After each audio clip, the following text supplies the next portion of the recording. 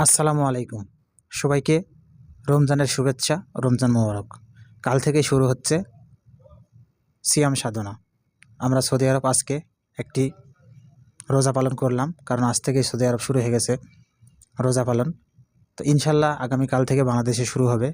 তো কাল থেকে শুরু হচ্ছে আমাদের আত্মত্যাগের মাস, ইবাদতের মাস, রমজান মাস।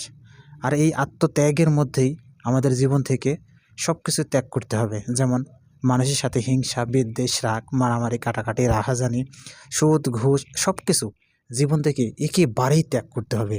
তাহলেই আমাদের সিয়াম সাধনার উদ্দেশ্য একেবারেই সফল হবে।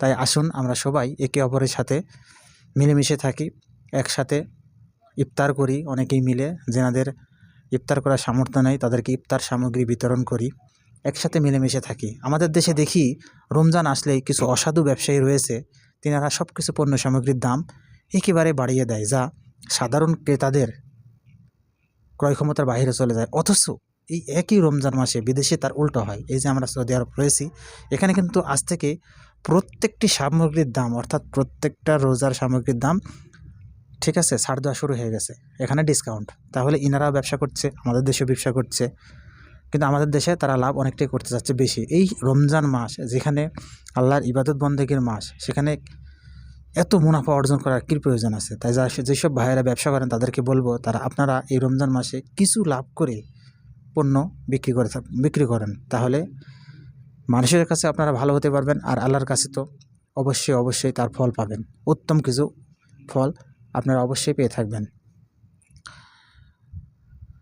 তো সবাই সুষ্ঠুভাবে রমজান পালন করার তৌফিক দান করুক সবাইকে আল্লাহ তাআলা। মিলেমিশে থাকুন, একসাথে রমজান পালন করুক, সেই দোয়া করি। আপনারাও দেশ থেকে দোয়া করবেন, যেসব প্রবাসী ভাইয়েরা বিদেশে রয়েছে, আমাদের মতো হাজার হাজার প্রবাসী ভাই রয়েছে, তারা যেন এই বিদেশের মাটিতে রোজা পালন করতে পারে। আল্লাহ যেন তাদেরকে সুস্থ রাখে, সঠিক সময়ে যেন তাদের পরিবারের কাছে ফিরে যেতে পারে। এই দোয়াই চাই আমরা আপনাদের কাছে। সবাই দোয়া করবেন, ভালো থাকবেন। সবাইকে আবারও রমজান মোবারক। আল্লাহ হাফেজ।